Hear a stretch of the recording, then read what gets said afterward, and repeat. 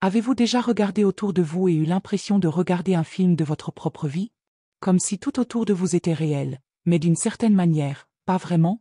Cette sensation troublante a un nom, la déréalisation, où le monde semble distant, onirique, voire artificiel. Pour certains, cela va plus loin. La dépersonnalisation, cette étrange impression d'être détaché de son propre corps, de ses pensées ou de ses émotions. Ce ne sont pas juste des moments passagers de bizarrerie, ce sont des expériences psychologiques qui révèlent quelque chose de profond sur la vie moderne. Nous vivons à une époque de stimulation constante, et pourtant, tant d'entre nous se sentent étrangement déconnectés de nous-mêmes, des autres, voire de la réalité.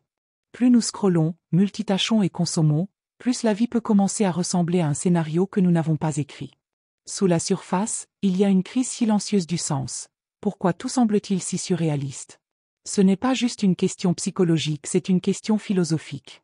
De la neuroscience à la spiritualité, nous explorerons pourquoi la réalité peut sembler si fragile et ce que cela signifie de se reconnecter dans un monde qui semble souvent tout sauf réel.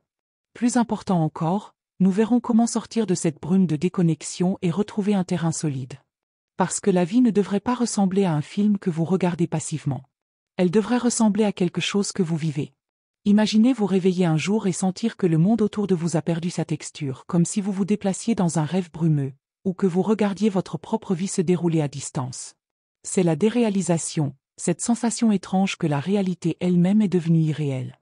Puis il y a sa proche compagne, la dépersonnalisation, ce sentiment troublant que vous n'êtes pas tout à fait réel, comme si votre corps, vos émotions ou vos pensées appartenaient à quelqu'un d'autre. Les gens la décrivent de manière étrangement similaire. C'est comme si je flottais à l'extérieur de moi-même. Les couleurs semblent ternes, les sons étouffés. Je sais que je devrais ressentir quelque chose, mais je ne ressens rien. Ce ne sont pas des métaphores, ce sont les expériences vécues de ceux qui luttent contre ces états de dissociation. Qu'est-ce qui déclenche cette déconnexion troublante? Pour certains, c'est un traumatisme, la façon dont l'esprit se protège d'une douleur insupportable.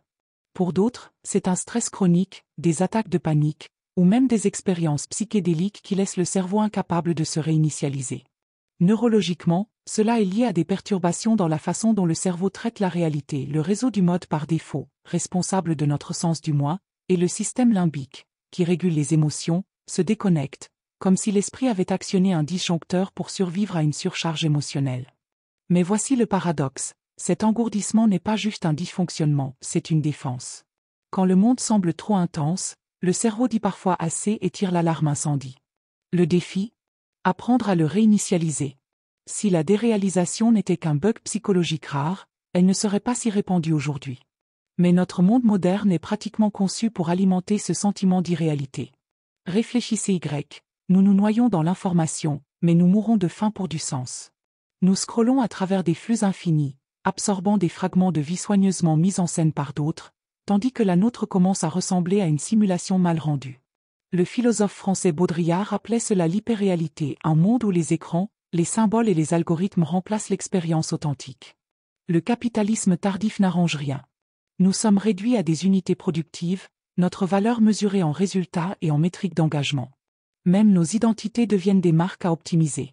Pendant ce temps, nous sommes plus éloignés que jamais des ancrages qui nous enracinaient autrefois, la communauté profonde, la nature, les rituels qui nous reliaient à quelque chose de plus grand. Et puis il y a le vide spirituel. Les systèmes de croyances traditionnels se sont érodés, laissant beaucoup d'entre nous bricoler une spiritualité DY à partir de podcasts et de tendances bien-être. Nous avons soif de sens, mais le chemin n'est pas clair. Le résultat? Une crise silencieuse de déconnexion, pas seulement des autres, mais de nos propres vies. Carl Jung avertissait autrefois que les gens feraient n'importe quoi, aussi absurde que ce soit, pour éviter d'affronter leur propre âme.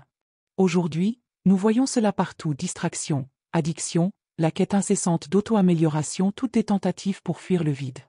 La psychologie existentielle nomme cette lutte les 4 données de l'existence humaine, la liberté, l'isolement, l'absurdité et la mort. Quand nous les confrontons sans un cadre solide, l'anxiété surgit. Certains appellent cela une nuit noire de l'âme, une période de vide spirituel qui, historiquement, était vue comme un prélude à la transformation. Aujourd'hui, nous la diagnostiquons souvent à tort comme une simple dépression ou dissociation, manquant son potentiel de croissance. Les philosophies orientales offrent une autre perspective. Dans le bouddhisme, l'illusion d'un moi fixe n'est pas une pathologie, c'est une prise de conscience. La méditation peut induire une dissolution de l'ego, Un état étrangement similaire à la dépersonnalisation. La différence? Le contexte. Ce qui ressemble à une crise dans un cadre peut être une percée dans un autre. La clé est le discernement. Quand cette confusion est-elle le signe que quelque chose se brise, ou que quelque chose s'éveille? Alors, comment nous enraciner dans un monde qui semble de plus en plus surréaliste? Cela commence par reconquérir le corps. Des pratiques comme la pleine conscience, la respiration consciente et la thérapie somatique nous arrachent à nos esprits dissociés et nous ramènent à nos sens. Ralentir aide remplacer le bruit numérique par des rituels tangibles, comme cuisiner, marcher pieds nus sur l'herbe ou fixer la flamme d'une bougie. La philosophie peut être une bouée de sauvetage.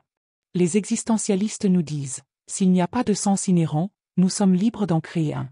Camus, face à l'absurdité de l'existence, affirmait que la lutte elle-même suffit, il faut imaginer Sisyphe heureux. Mais peut-être que le remède le plus profond est la connexion. Pas celle performative, mais celle désordonnée et vulnérable, le contact visuel, les silences partagés, le soulagement d'être vraiment vu. La nature, elle aussi, nous rappelle une réalité plus ancienne que les algorithmes. Enfin, l'expression créative tisse nos fragments en une histoire cohérente. Tenir un journal, créer de l'art, ou simplement dire sa vérité à voix haute peut recoudre le soi déchiré. Et pour ceux qui aspirent à quelque chose de sacré? La réponse n'est pas le dogme, mais une spiritualité vivante, un mélange de sagesse ancienne et d'intuition personnelle. Ce sentiment d'irréalité n'est pas éternel. C'est un panneau indicateur, réveille-toi. Reconnexion. Choisis ce qui est réel. Alors, où cela nous mène-t-il? La déréalisation et la dépersonnalisation ne sont pas juste des curiosités cliniques, ce sont des réponses humaines à un monde qui semble souvent fragmenté, artificiel et spirituellement à la dérive. Cette impression étrange de regarder sa propre vie de l'extérieur? Ce n'est peut-être pas qu'un symptôme. Cela pourrait être un signal, une cloche d'alarme silencieuse qui sonne dans les profondeurs de votre esprit, demandant « Est-ce tout ce qu'il y a ?» Et si ce sentiment n'était pas un bug, mais un indice? Une incitation à regarder plus profondément, à questionner les routines en pilote automatique, les distractions qui nous engourdissent, les façons dont nous avons appris à somnambuler à travers notre propre existence. Peut-être que l'irréalité n'est pas juste quelque chose à réparer, c'est quelque chose à écouter. Alors voici mon défi pour vous. La prochaine fois que la vie ressemblera à une simulation mal rendue, ne l'ignorez pas. Faites une pause. Demandez-vous, où me suis-je déconnecté? Que faudrait-il pour me sentir à nouveau réel? Partagez vos expériences, vous n'êtes pas seul dans cette quête. Et surtout, commencez votre propre recherche de ce qui est authentique, solide et vivant. Parce que le contraire de l'irréalité n'est pas un état parfait et éclairé. C'est la présence. C'est choisir moment après moment de se montrer pour sa propre vie. Et ça, c'est une histoire dans laquelle il vaut la peine d'entrer.